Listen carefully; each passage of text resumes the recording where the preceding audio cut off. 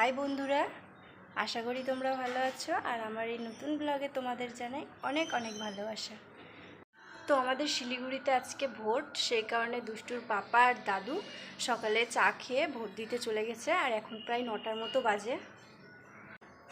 আর এদিকে দুষ্টু উঠে পড়েছে, ওকে আমি খাইয়ে দাইয়ে ঘরে গান শুনতে বসিয়েছি। দেখবে, চলো আসো কি করছে ওই।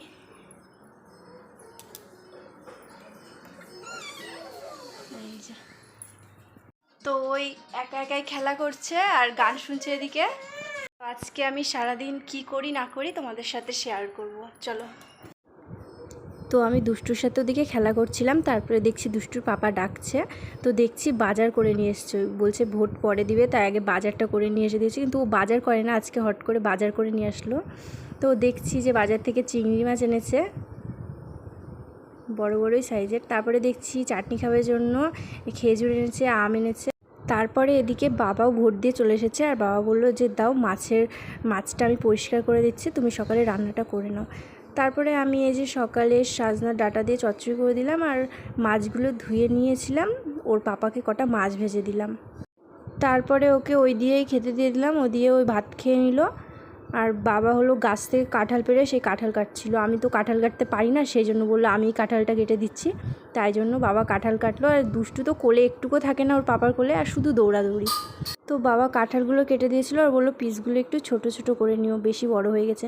তারপরে বাবা দুষ্টুকে নিয়ে একটু রাস্তা দিয়ে ঘুরতে গেছিলো। তারপরে আমি তার মধ্যে একটু ভাত খেয়ে নিয়েছিলাম। আর এই যে এই কাঁঠালগুলো পিস ছোট ছোট করে আমি ভাত দিয়ে নিয়েছি ভালো করে। তারপরে আমি ডালটা বসিয়ে দিলাম এদিকে গলাতে। কিছুক্ষণ পরে দুষ্টু চলে এসেছিলো। ও তো যে কোথাও এখন আর থাকে না, খুব দুষ্টুমি করে, ওকে নিয়ে পাড়াই যায় না। আর সারাদিনে যে কি করে রাখি।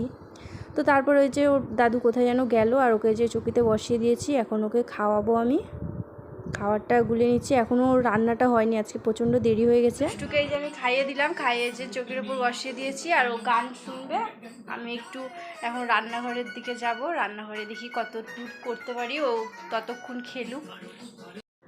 তো এখন প্রায় 11:30 মতো বাজে। আর আমি রান্নাঘরে এসে এই যে মাছগুলো ভেজে নিলাম, তারপরে এঁচড়গুলো ভেজে নিলাম, তারপরে রান্নাটা বসিয়ে দিলাম। আর দুষ্টু ঘরে খেলা করছেই।